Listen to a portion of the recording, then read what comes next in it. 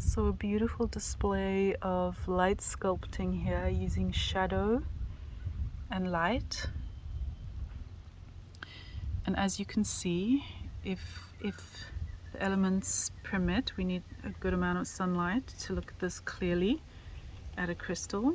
As you may have noticed that you cannot see crystals as clearly in electrical light, in most electrical light, especially in LED light, as you can in sunlight. And because of the dimensions and the facets holding different dimensions, this crystal creates a portal. And we've got a puppy that's chewing a bone very loudly next to a kitten that has not had her tick medication yet, so she's not allowed to wander around the bush, the forest. But back to the crystal.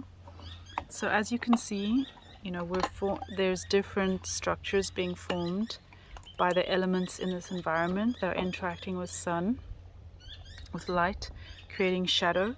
Whenever you interact with direct source intelligence or light, you'll create a form out of the shadow in the way that you position yourself.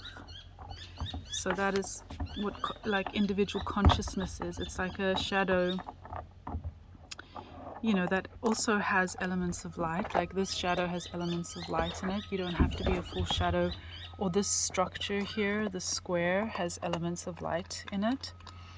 So back to the chewing puppy. Sorry. So, when you form your consciousness through the facets, the angle that you perceive or structure yourself to receive light and consciousness, and then you can create a portal. You see, look, you can see there is a portal in the middle of this crystal that you can use as a consciousness expansion tool when you're working with crystals, which you can only see at a certain angle, because look, if you look this way, it's kind of a portal. Ooh, let's just look at all the different angles. There, it's not, you can still see it. Once you see it, you will always see it. But there's certain facets where you cannot really see the portal, or your focus is on other things, or if there's not the correct light. You see, like here, I guess now this is a portal that emanates light. Ooh, look at that. Wow.